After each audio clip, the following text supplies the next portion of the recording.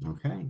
Well, welcome to all the registrants for this Exploring the MRPL virtual event tonight. By way of quick introductions, my name is John. I'm admissions officer here with HDS Admissions. I'm going to give a brief, maybe 3-minute presentation about the MRPL and some application and admission key touch points. And then I'm going to turn it over to Professor Johnson and our wonderful panelists for the remainder of the session. If you have any questions specific to application deadlines, admission components, financial aid, anything like that, please go ahead and send those questions to admissions@hds.harvard.edu, as we'll be devoting the bulk of this session to the MRPL itself. So bear with me one second. I'll bring up that slide.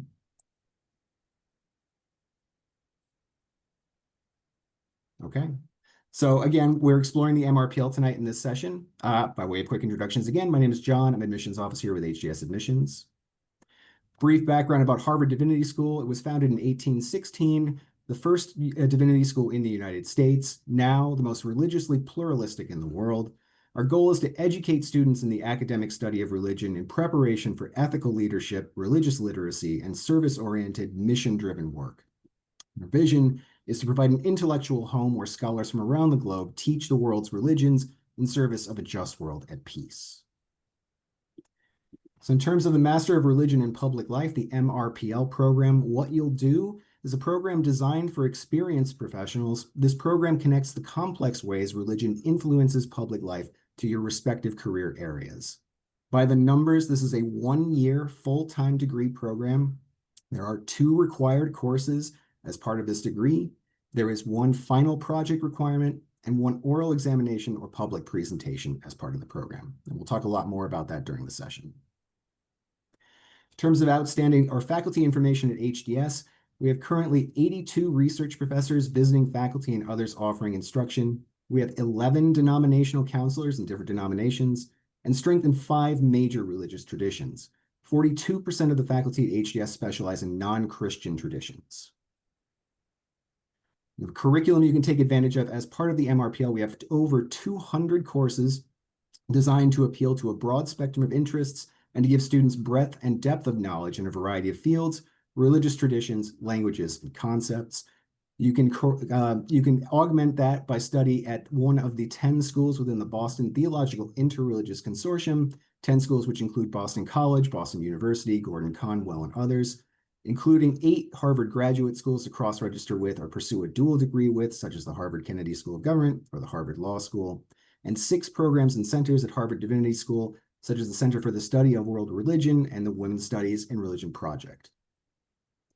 Very briefly about the application process here. How to apply. These are the application components you'll need as part of the MRPL application. You'll need to finish the application form, which is available online, to complete a statement of purpose, a project proposal, which is specific to the MRPL. You'll need to provide a resume, unofficial academic transcripts for any credit-bearing courses that you've undertaken, 3 letters of recommendation, the supplemental essay, which is new this year, a writing sample, TOEFL or IELTS if your native language is not English, and an interview by invitation usually goes out in late January all the way through up until decision release in mid-March. And in terms of those deadlines, the application is open now. It closes on January 5th at 11:59 p.m. Eastern Time. Again, interview information goes out in late January and through February, and really up until that mid-March admission decision release. We release all decisions at the same time. There is no early admission or rolling decision timeline. With that, I'm going to turn it over to Terrence L. Johnson, Charles G. Adams Professor of African American Religious Studies, Professor of African and African American Studies at the Faculty of Arts and Sciences, the Director of Religion and Public Life, and our 5 panelists, John Camardella, Kendall Sisemir, Brittany Pashal, Saura Sahu, and Karen Shu. And with that, I'm going to go ahead and turn it over. Thank you very much. Thank you, John. Really appreciate your help in organizing the discussion tonight.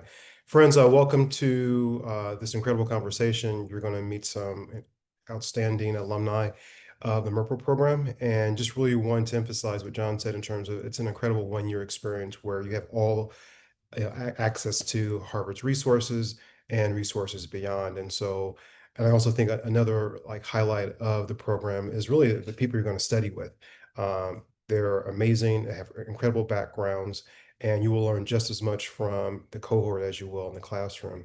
So I'd like to begin, the conversation by asking our panelists to really the first question in terms of, what attracted you to the MRPL program, and how did you sort of go about thinking about religion and relating religion to your work?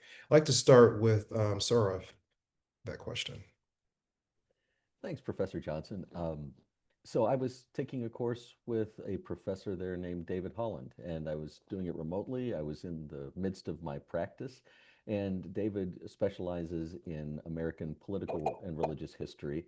And I was just really interested in the overlap between religion and the law and politics in the United States over a period of time. And then he told me about the program, told me about the opportunities that there were in it that you just outlined in terms of having a deeper understanding of religion, being able to really be part of the Divinity School community, and really deepen the understanding of how these things overlapped. And it was very, very exciting and enticing and easy call.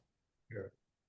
Well, if I can say, we had a hard time convincing Sarah to go back because, like, once he arrived, he took some classes at the law school, and I think he wanted to stay and teach. And so you might see him next year if you come, because he's still a part of the community. John, what drew you to MRPL and HDS in particular? Hi, everybody. It's great to be with you. Right now, I'm currently in my 23rd year of teaching high school. I teach a standalone religion class at a large public high school outside of Chicago, in Mount Prospect. And what drew me was after about 10 years of the course that I wrote and began, I started to get into some conversations with colleagues at Eastern Illinois University, one of our large public universities here in the state. And I was making a push to make it a dual credit course, but I needed some graduate hours in religion. And so I actually started with earning a graduate certificate through the extension school. And it was through that that I slowly learned of what was coming with the launch of the MRPL, and had the opportunity to be part of the inaugural class where we could get to it later, but was involved in a lot of work with regards to religious literacy and public school education. Great, thank you, John. And what about you, Karen? What drew you to MRPL? I mean, with your incredible background, you could have chosen a number of other programs. Why MRPL? Yeah, the short answer is that MRPL was the only program I found that was both project-based and intended for people not working in a religious context, which is what I was looking for.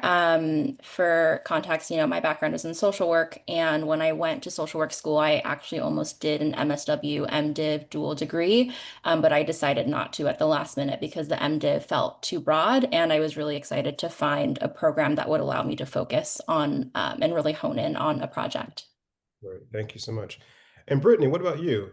I know you both are in education and ministry. What drew you to MRPL in particular? Yeah, happy to be with you all tonight. And I would say I echo a lot of what's already been said. I am trivocational, so I'm an educator. I'm a community organizer. I've been a community organizer since I was 15, and I'm also a clergy person. I actually ended up at Harvard because of an alum. So when you, Professor Johnson, talk about the relationships that you build, but also the power of the alumni network that is MRPL, I met a very, very impressive alum of the program actually at Princeton in the Black Theology and Leadership Institute one summer. And as I was talking to her about my work and telling her that I had previously pursued an MDiv and knew that that wasn't exactly the program for me, she was like, well, have you heard of religion and public life at Harvard Divinity School? And so it was both the merit of the program, how the program was thinking about religion and the public life, and also the merit of this particular alum of the program that really helped lead me to apply. Great, thank you so much. Kendo, what about you, my friend? Hello, everyone. Nice to be with you. I have to be completely honest, and the reason I found the program was because I read an article about Maggie Rogers in the New York Times, and I remember when I read that article, I was like, wow, what an interesting program. I need to look into this. I was a theology minor in my undergraduate study, and so I had long kind of been obsessed with the question of like the impact of, or the intersection, looking at the intersection of race, religion, and politics. My background is in journalism, and so seeing kind of how the media and politics were dealing with the nexus of religion and race has been really interesting to me. Following the different like the elections that we've had has been really interesting to me. And so I really wanted to pursue a degree that would give me a broader base of expertise and knowledge and allow me to kind of spend a year really focused on answering some of those questions so that I could be more effective in my work. Yeah, so that's kind of how I got here. We're not alone, Kendall. We have someone actually from IT who's been in the tech world for like 15 years who heard about our MRPL at a Maggie Rogers concert and decided to apply. Yes, She's with us now. So I'm Maggie curious, Rogers. yeah. And I'm curious in terms of, what did you tell your colleagues about religion? In other words, why religion? You guys could have taken a number of different, paths to potentially answer some similar questions. What about religion was so compelling to say, I'm going to spend a year, take off from work, spend a year studying religion? And how then did you create a project around religion? Do you mind if I start with you, Karen? Yeah, so my project, religion is really built into my project idea to the point where I actually wasn't sure if my project was a good fit for this program. My project examined how restorative justice can be used to prevent and respond to sexual harm in religious institutions and respond to clergy sexual abuse. And I just really wanted to deepen my understanding of religion. And so the focus on religious literacy was really appealing to me.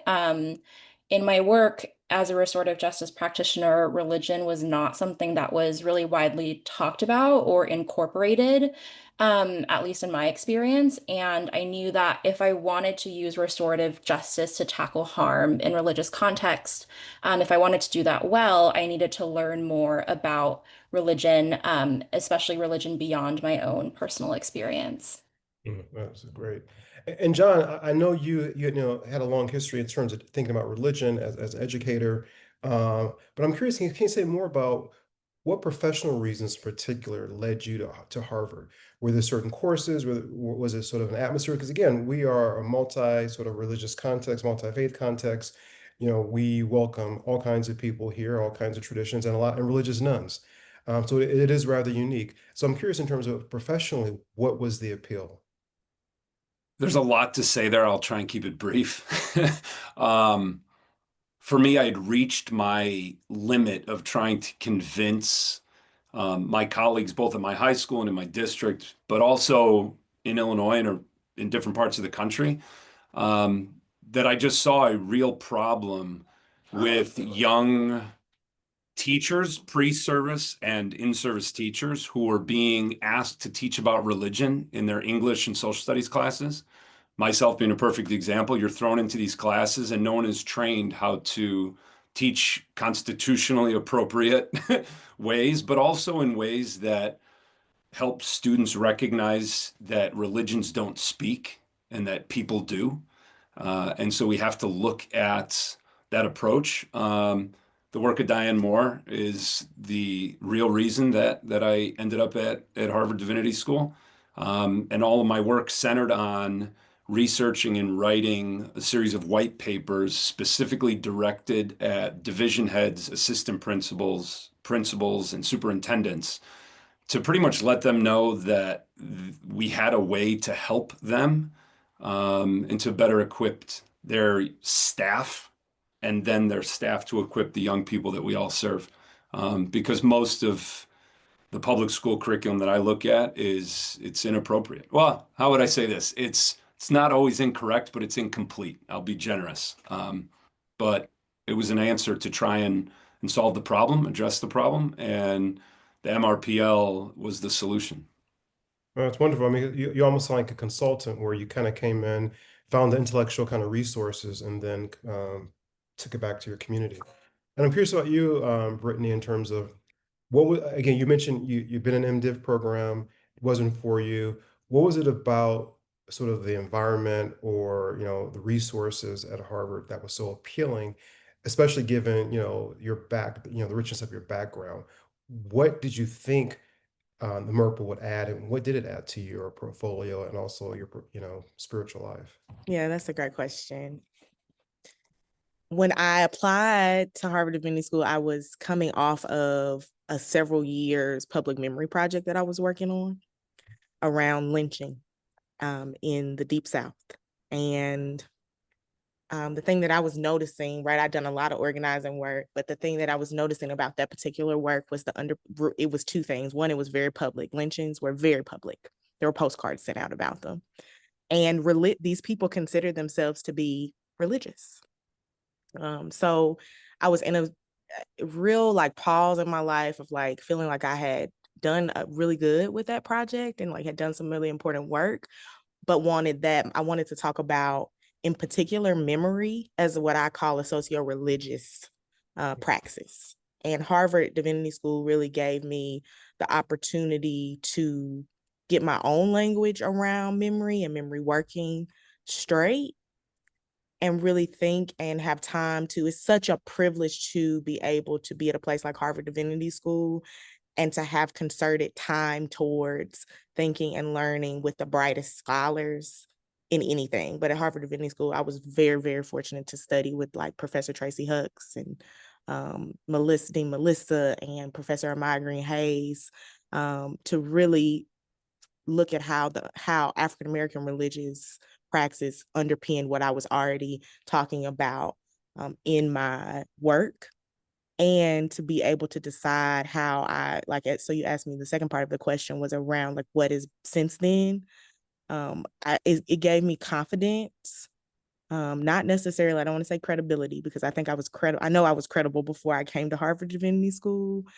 And I took the ancestral knowledge I had, the things that I had from all of my different experiences. But Harvard Divinity School definitely gave me the confidence to speak on a broader level about public memory in particular.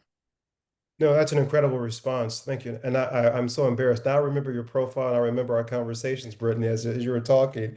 And I was on leave when you were here. And what I find so just incredible about your project is that you're a great example, you and John, in terms of, people come to Harvard Divinity School with great ideas. And we're able, through conversations, through readings, to really show you how new knowledge just doesn't pop down from the sky, right? New knowledge is about engaging what you already know and putting it in conversation with other people, right? And through that kind of, sort of dialogic exchange, right, through deep research, you can actually push boundaries. And this whole idea of thinking about memory, right, has been a part of the, popular discourse for a very long time. And you're able to think about it in ways that seem familiar, but had not necessarily been articulated. So, no, thank you for that. And I think that's a great example, as well as with you, John. How do we think about sort of using religion literacy based on some of the gaps we see in our own workplaces, and then using that to kind of push boundaries. And you, sir, you have a background in law, you've done consultancy, and in many respects, you brought in sort of constitutional theory, sort of political strategy work to try to figure out what was missing. Can you say more about how religion helped you sort of think through about some of the missing elements of both law, but also in terms of politics and political life in the US? It's this challenging time that we're in that we all recognize. And so I had come to these other classes before exploring Harvard Divinity School in particular, trying to understand how we can talk to one another. I've been active politically, generally speaking. I've always been active politically. I'm a business litigator and a commercial litigator, but I always kept one constitutional case. I would always be active in that. And so we were simply trying to engage these issues, and I was looking for practical tools like any lawyer, and so on my side in the personal exploration, I just wanted to get back to work in religion. There's a hunger, there's a desire, there's a searching for a good excuse to incorporate religion in the core of what we're doing. But then on the practical side, it's, how do I talk to my neighbors? How do we explain the depth of these issues in a way that's compelling and uses different tools than the law? Because the law has largely exhausted a number of the tools, not all of its tools, but a number of the tools for talking to each other in these kinds of spaces. And so, to Brittany and John's point, I came looking for tools in communication. How can we actually embrace our fellows around the country and engage them in discussion. How can we use tools that currently might be used more effectively in one branch of the conversation rather than others, and how does that change over time, and those sorts of things. And to what Kendall and Karen were saying, I came just looking to broaden my own understanding, and in a very personal way. And Harvard was an easy call. It's the most respected institution, hands down, in both of my fields, right? And it offered the opportunity to participate in the law school and in the Department of Philosophy and the Department of Government, and to try to look at these issues from how some of the leading minds were looking at them, and just learn from them. And so, I came not really knowing what to expect. I came knowing to expect excellence, and knowing to expect the ability to try to engage these issues and to meet people who were engaging them, and to sort of stand in the shadows or presence of leaders on these issues, and learn some things. I had no idea that I would actually fall in love with the place. I mean, I had no idea I would actually enjoy being at Harvard. I knew it was going to be excellent, but I didn't know I'd actually like it, right? And so the idea of coming for a year, and just being able to practically really gain tools in a way that makes sense in a person's professional career and take them back, that was super compelling. But the ability to spend half of my time in other schools, half of my time at the Divinity School, and to just really find tremendous engaging people throughout, with a sense, I know it's a little bit overused, but with a sense of community that I did not have and don't have in the law, and a sense of community that I think is lacking in many places. And so that sense of being able to really be together and tackle these issues among people who care about them was something that both I was hopeful that I might find, but doubtful that I would. And it was a really beautiful place, beautiful thing to be there. No, thank you, my friend. I'm curious, Kendall, can you say, in terms of, once you arrived and, you're taking theory and method, you're dealing with, MRPL seminar, describe what was it like, sort of your first semester here, if you, and what was it like, and how did the academic study of religion, how did it surprise you in terms of, how we think about religion in the academy? What was rewarding about the first semester, and what was actually challenging, first semester or even second semester? Yeah, I have a very specific answer to that in my very specific case, which was that first semester, I came in very hopeful, very energized, and I think first semester was very personally hard for me. I ended up having to leave school about 2 weeks before Thanksgiving because I was dealing with medical complications. And so I actually think that, what was so profound about my experience first semester, I think I just really struggled, honestly, to like stay afloat. And I think most of our classes were kind of creating a framework of religious theory. And so there was a lot of connectivity that was happening across the different kinds of classes that I was taking. But I think in the midst of my own personal struggle, I totally reevaluated what I thought that I was going to get out of HDS and the MRPL program itself, and totally reoriented my final project to serve what I needed in that moment, which was I was kind of experiencing a personal crisis of faith, and really just like needed to ask really hard questions of my own faith system in order to kind of like find the fortitude that I would need to go back out into the world and to do this kind of work in the future. And so for me, I really like a lot of my classes were focused, again, like religious theory in the first semester, and second semester, almost entirely theology classes. I even did an independent study with Reverend Matt Potts, who runs Harvard Memorial Church, where every 2 weeks I would go and sit there for an hour. The independent study was called Readings on the Theology of Hope and Suffering. And he was essentially walking me through these like very, very weedy questions of like personal crisis of faith, and how do you find God in the midst of pain, et cetera, et cetera. And so I very much kind of had come to the end of my physical rope at HDS. And I think what I found through the MRPL program in particular was family and community. And then also in the second half of my experience, just an unbelievable kind of fortitude and framework for um, my own faith practice and my own belief system.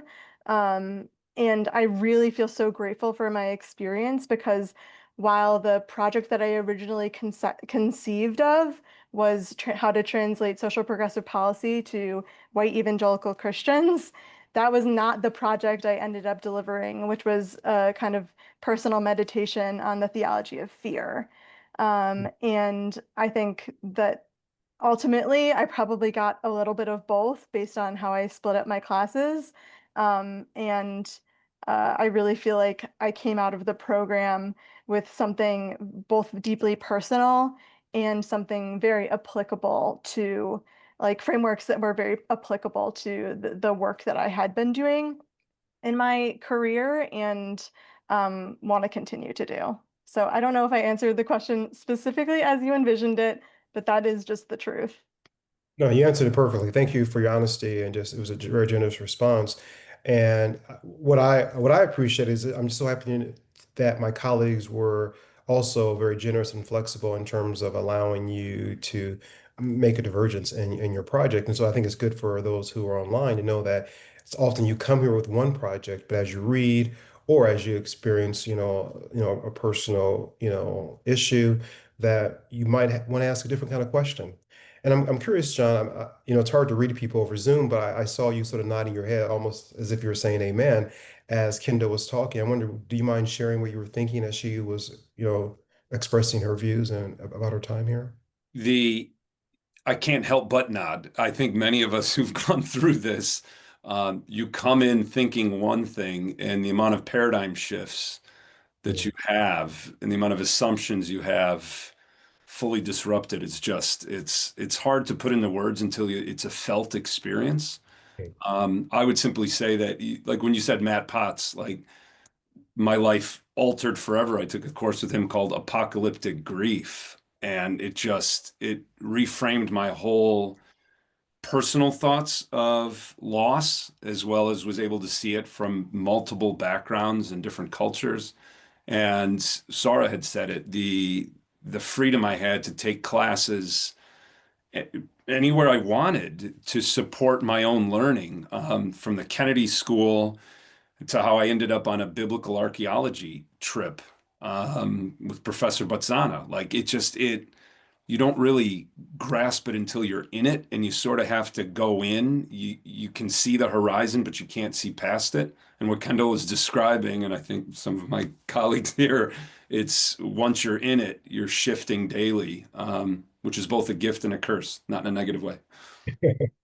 No, yeah, and it speaks to this idea that, Harvard does an incredible job of attracting really, really incredible people who are deeply entrepreneurial, even if they don't use that term to describe themselves, because it's a place where you can just get overwhelmed with all the resources, and yet I think that the people who thrive the most are the ones who are like, I want to just dive into the deep end and just see where I end up as I wade in the water. And I'm curious in terms of Karen, if you can recall, what was your first semester like, and how did you navigate, the courses and what in particular challenged your notion of religion? In other words, did you rethink religion, the category religion, after your first semester? Yeah. So with religion, my project didn't change that much over the course of the year. It shifted a little bit, but the topic stayed the same. But what I learned about religion completely changed how I approached my project. I came in wanting to create like a toolkit or something really prescriptive and step by step on how to apply restorative justice for clergy sexual abuse and in religious contexts. And through the RPL method that we were taught by Diane Moore, it completely changed how I think about religion. We talked so much about the internal diversity of religion, and it helped me realize that, something really prescriptive maybe wasn't the best fit. And I changed my project to be instead a framework for how to apply restorative justice for a particular community's own religious context, traditions, things like that. And I never would have thought to approach my project from that perspective if it weren't for what I was learning in the program about the internal diversity. And also, in the MRPL seminar, we talk so much about how we can exercise our moral imagination and show moral courage. And I think about those lessons every day. And I think it really expanded, the RPL method really expanded what I believe is possible when it comes to justice and peace. Great.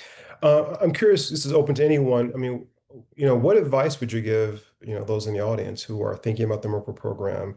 What would you tell them? I'm I would guessing, say, I'm sorry, oh, please. okay.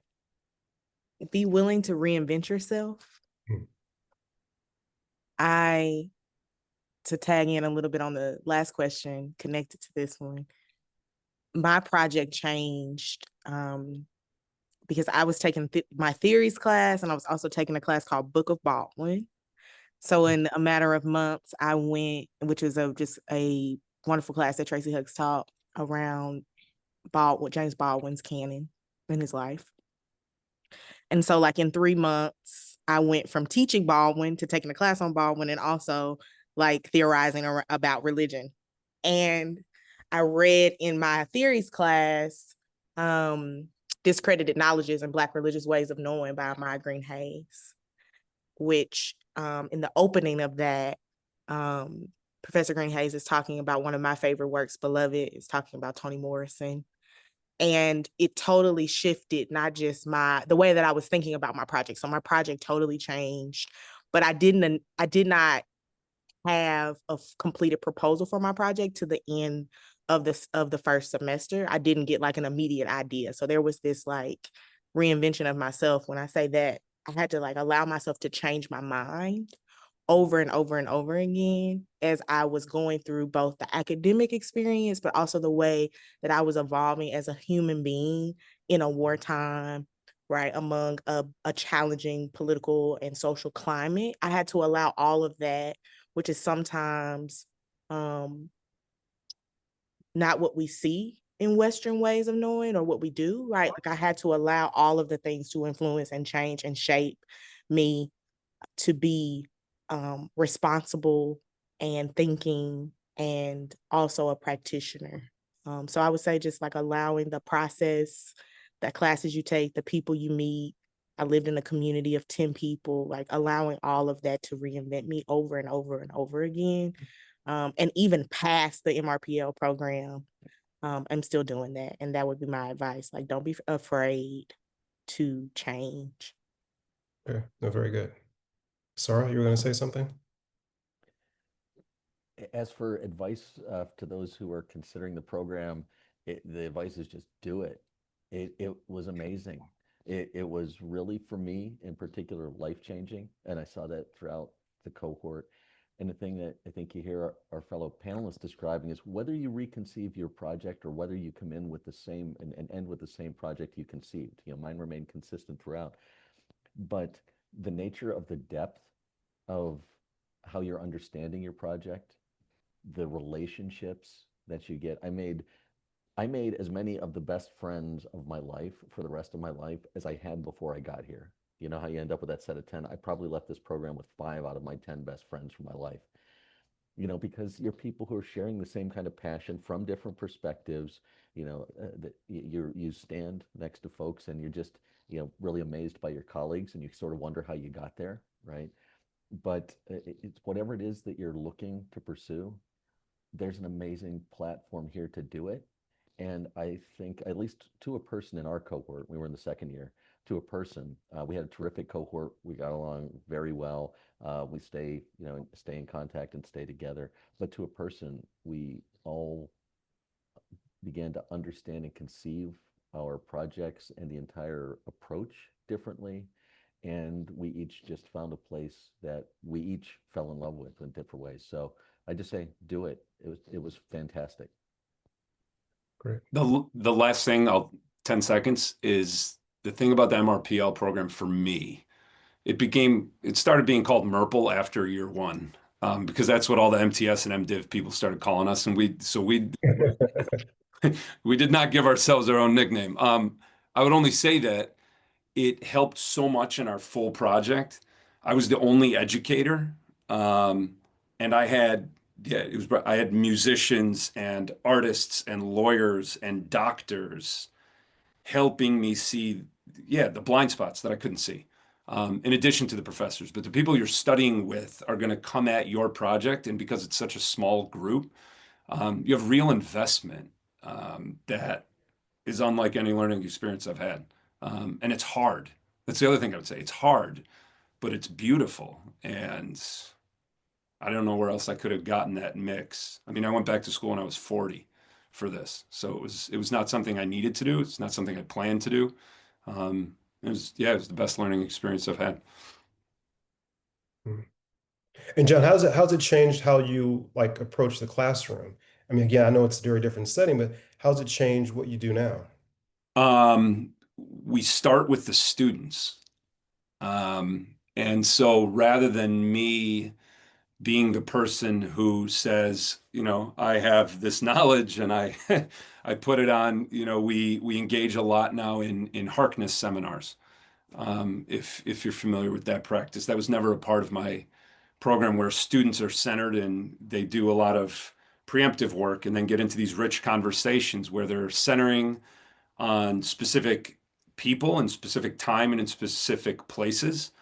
I said it before, but I'll reiterate it, that the goal is to not have our seniors, so I teach all seniors, ask the question like, what does Buddhism say about fill in the blank? Because I gently push back that, Buddhism doesn't have a mouth, but different Buddhists in time and place do. And so we allow them to honor individual perspectives without conflating it or universalizing one perspective. And so that's where we're able to then help these teenagers see the richness and the diversity that exists. And I'll just say that we start class now with a worldview autobiography, which it allows them to answer a series. We give them about 15 prompts, which lets them share as much or as little as they want about how they've been raised, how they experience the world, how they show up in the world, what they might believe. And we do that on day 2. And so what we do is we can honor each of the people in the class. And so before we're ever going to talk about other people's religions or deeply held beliefs, we can really honor the fact that we're not the same and that diversity is what makes this all worthwhile. And I can't think of a better way now to begin my semesters, and that was because of the experiences at HDS. Kendall and Brittany, you guys are shaking your heads. Want to chime in? Oh, I just think John's really cool. I just thought that was so cool. And it was very clear to me that you've been so informed by the program and by Diane. But yeah, I think if I were gonna give a piece of advice, I think it's honestly echoing something that everyone else has said, which is that the community itself is such a huge part of this program, like the cohort nature of it, and that sometimes means that you're dealing with people who have very different beliefs than you and are coming from vastly different perspectives. And I think that it's such a cool experience to get to practice everything that you're learning like in real time, because you're 10 or so people who have such differing viewpoints. And I think that that was a huge strength of like of the program, and I think a real distinctive edge that this program has over other programs of similar nature is that it is such a close-knit group of people, and that you will have lifelong friends from it. I mean, I know that you can get that at in other programs, but I think the fact that it is seminar based and you are spending, one night a week at least with these 10 people for about 9 months, and you're really kind of going through it together. Um, I think it just like forges a totally different kind of experience than other academic settings I've been in. So I think that if that is something that's interesting to you to be amongst all of these different kinds of people, then I think that that would make MRPL stand out for me. And I'm curious. Oh, go ahead, Brittany, please. I was just going to echo what John said, both about how this has impacted my teaching, right? Or just the way I exist, but also about the variety of vocations that people set around the MRPL table and how that impacted my project. It was invaluable. I tell people often that I've had two very, very sobering experiences. And one of those is coming to a place where 14 to 18-year-olds are every day because they are just honest. They will tell you if they don't like your Chucks, like, why are you wearing those, Miss Pascal?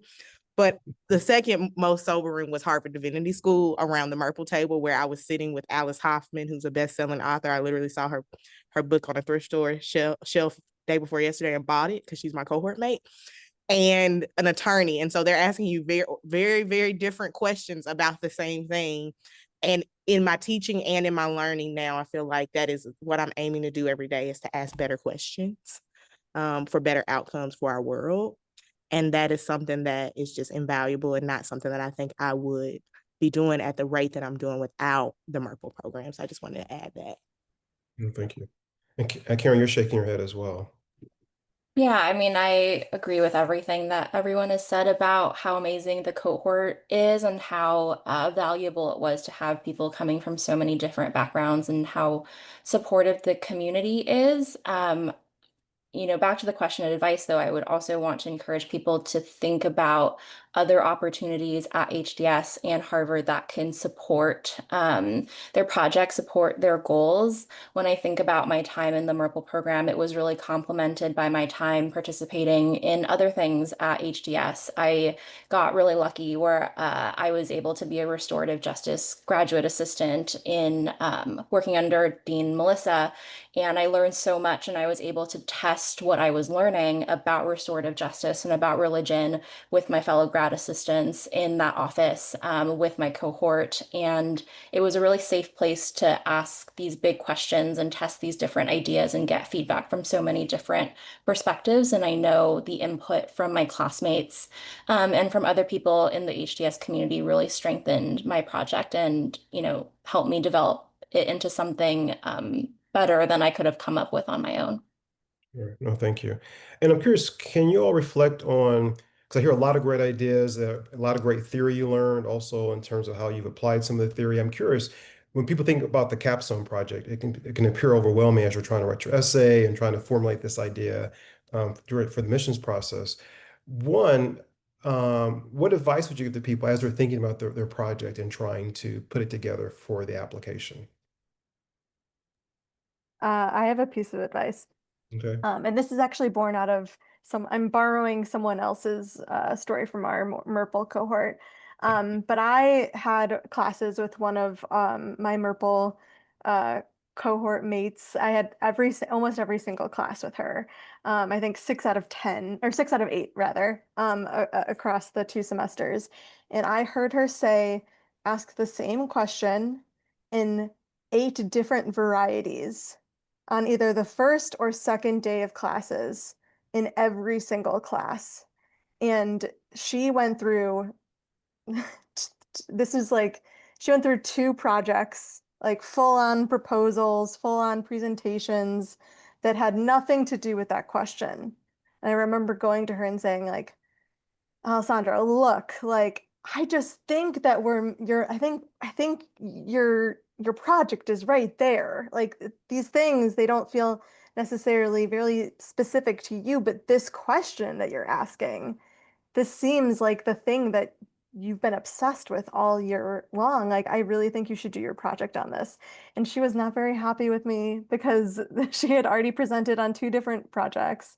But I think it got to this point where, I think what I'm trying to say and emphasizing that and telling that story is that I think your projects really should come from a deep personal inquiry. Not something that you think is going to look shiny, not something that you think other, other people need necessarily. Like, I think that you should think about what is the kind of deepest hunger that you have, and how can HDS support answering that big question. And her question was, can I remain moral in the immoral landscape of American politics? And that was the question that she asked in so many different varieties. And like, what does a moral politic look like? And so that was the question she ultimately explored. And would she say that she came to a very specific answer? Probably not, because it's a very, very big question, but she spent real time exploring it, and she's a lot closer to understanding, okay, I've assessed all the thinkers on this issue. I can now bring my experience to bear and my perspective and deliver something that I feel really proud of, and that is like that really serves the question that she was asking the whole time. And so I think that don't be afraid to like and I think we've all said it, like reinvent yourself and change a million times over, and really and make your project serve that kind of deep hunger you have. Great, thank you. Anyone else?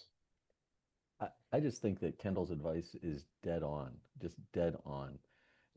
Do whatever you care about. Come with a project that you're passionate about and you're really personally interested in, and then remain open because it's something you care about. We've all talked about the quality of the cohort and the professors, and that's kind of obvious, but I'll put a name to it, or that sort of thing, or give a little specificity. Look, you come with a project that you care about, your cohort might be Maggie Rogers, or might be a leading Hollywood director, or might be, as in my cohort, somebody who was #2 at a Fortune 100 company for a long time, is an incredible business person about whom they write cases, across the water there, across the river. And so when you're doing something that you're passionate about, and I'll throw out Terrence too, right? I mean, Terrence is, if you don't already know, one of the leading voices in the relationship between religion and political philosophy, something that I care deeply about.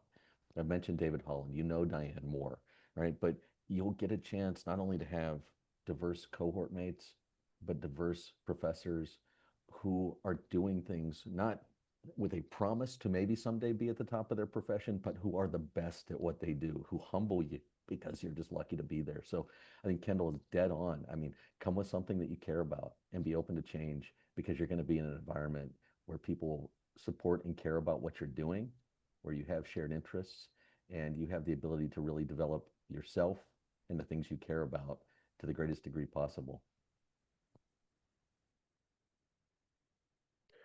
I'm curious, some people have emailed me to say, well, what do people do with their projects? Like, some people like are very specific in terms of very specific kind of professional reasons for coming, and they use that project, and implement it in some ways. I'm curious, have any of you guys used parts or all of it in your work? And if so, how?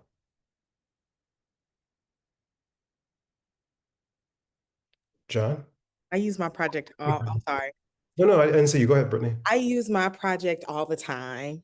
I promised myself this was the year I would use it more. And actually, Professor Johnson, you were one of the first people to tell me, like, you should be talking to people about how you think about this, in a very early on meeting I had when I was at HES. But it looks different for different audiences. I use it in my preaching quite a bit, and I use it when I teach for religious and non-religious audiences. I also use it because of one of the classes I took at Harvard Divinity School was around film. And so I ended up using a lot of Black film in my final project. And so I offer classes to the community around memory work and memory working using the model that I developed. So I was at Harvard Divinity School, and those are workshops intended for the public audience. So I'm in the process of going back and kind of removing some of the more academic, not even removing, that's not fair, but just making sure that some of the language I used at Harvard Divinity School is accessible for my community, but it is the same framework. And so I'm really tapping into it, and I offer some somatic work alongside it. So I do that like a monthly class at a community center in 37208, which is a place where the most incarcerated folks in the nation are. So I like use it as like a public memory working / like educational participatory type of session, and I do that monthly. So those are some of the ways I use the work. Great. Yeah, I can keep it brief. I've been working closely with the International Baccalaureate program, and we have been working for about 5 years now. Their new course that used to be World Religion is now going to be called Religion and Society. And the MRPL's fingerprints are all over what will be the new International Baccalaureate course. And I even spent, right after I graduated in 22 with my cohort, I was able to apply, and I was on a fellowship for an entire year at the RPL. And I went to an old administrator of mine and I just said, hey, I won't charge you a penny. Let me have all of your humanities, all of your English, and all of your social studies teachers once a quarter for a year and turn me loose. and and he did. And it was at Lake Park High School, um, right on the west suburbs of Chicago. And I started my first meeting with a pitch to them. I was like, you don't have to be here, but here's what my goal is to do with all of you. And I returned throughout the year and we helped each course, whether it was, like I said, English, humanities, American lit, civics, government. We looked at where religion intersected in their curriculum. And and I'm going to say, use this word intentionally, we fixed it. We fixed how they were asking students to engage with religion. And I had a real choice at the end of the 22-23 school year, of whether or not I was going to leave my classroom and just, I don't know, start hopping jets to different parts of the country or return to my classroom. Then I talked to my wife and our 3 children, and I stayed. But I got to see my final project in action, got feedback on it, and it's on the shelf for now. I'll still do it part-time, but nothing full, but it's there. And that year with my colleagues and the professors made it a reality. No, great, thank you. We have just a couple of questions from the audience. One in terms of, do you have to apply to the MRPL with a specific program project in mind? Yes, you do. Again, it's flexible. You can always make changes, but you need to have a project that in many respects reflects, why HDS is important to you. And then for the audience, someone has a question in terms of, why this program versus, taking maybe like a non-academic courses or maybe taking a year of research. How do you think about the pros and cons of spending a whole year in the academic setting versus, say, maybe just taking a few courses on the side? Why is it important, do you think, to have sort of the residential aspect of the MRPL program?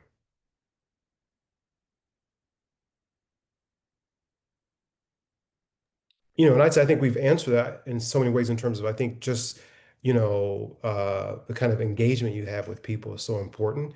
And often taking like, even sort of courses at your nearby college, it's just difficult because you're working, you still have all these other commitments. Whereas when you come to HDS, you really are in some ways entering a monastery, right? With people who have incredible experiences.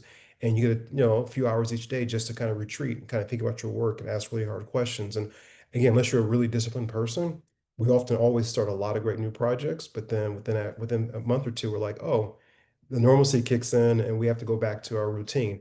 Whereas when you've committed to a year here, you're more likely to finish your project and you're more likely to, I think, walk away with some really incredible resources, but also really powerful ways of thinking about religion and how it shapes our lives.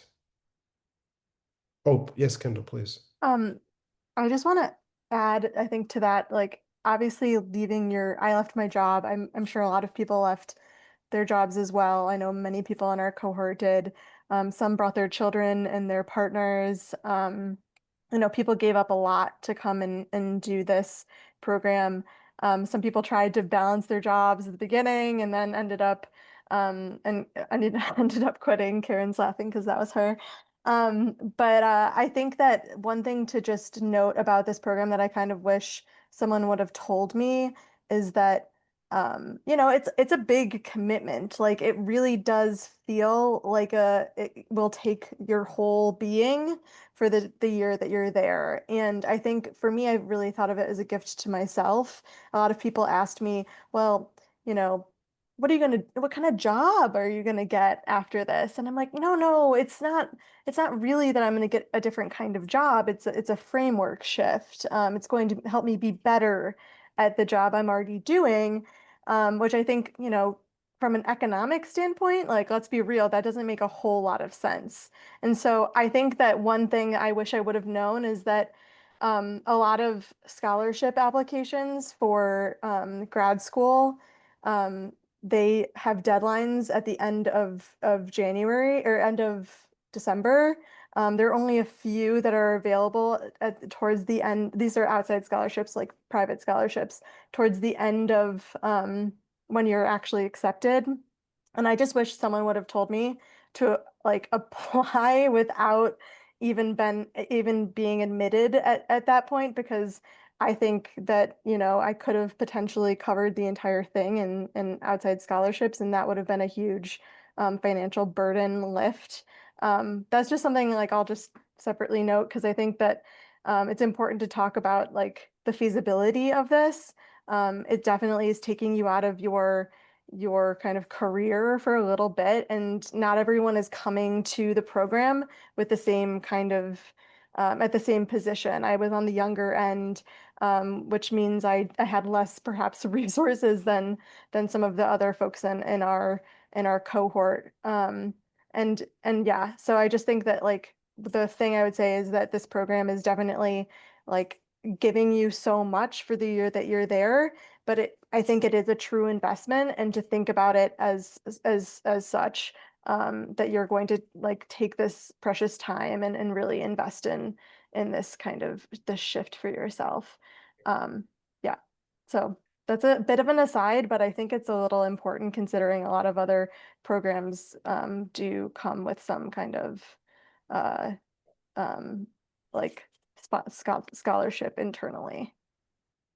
No, that's a really good point. And I think what makes Merkle unique is that because it's 1 year, right? You could actually you come in, and you can knock out your program and learn so much. And also the investment, think about it as an investment. I know at least a couple of stories. One narrative is in particular where there's a journalist in last year's cohort who met someone from the New York Times at a random talk. And now this person from the New York Times is advocating for, has gotten this person a job writing in Europe. And so it's just a very interesting in terms of how these connections are made. And it's kind of like, oh, you didn't foresee it. But if you see this as an investment, an opportunity, you're actually putting more into yourselves. And then you go out and you're just, again, having great conversations. And it's not always purposeful, but the fact that you're open to conversations, you're going to random events, these kinds of things can happen, which are pretty miraculous. I'm curious in terms of one last question I want to raise. Someone's like, look, what's the utility of this? Great ideas. I love the theory. I love this idea that is so transformative. But someone asked in the chat, are there ways in which you're in a very practical way that this program helped you with your career? I'll be really brief, just because I saw this other other question asked. My final project actually took the form of a nonfiction memoir book proposal, of the memoir plus variety, so personal narrative plus adding some kind of academic or compelling additive, whether that be theology or science. I have both in my case, but that is something that I'm actually currently pursuing, and going to hopefully sell. And so I think that for me, that was a really important component of this project, was that I got to take it on and then bring it out into the world. And I never would have had the same kind of time to commit to that kind of work. And this program really made that project happen. Great. Anyone else?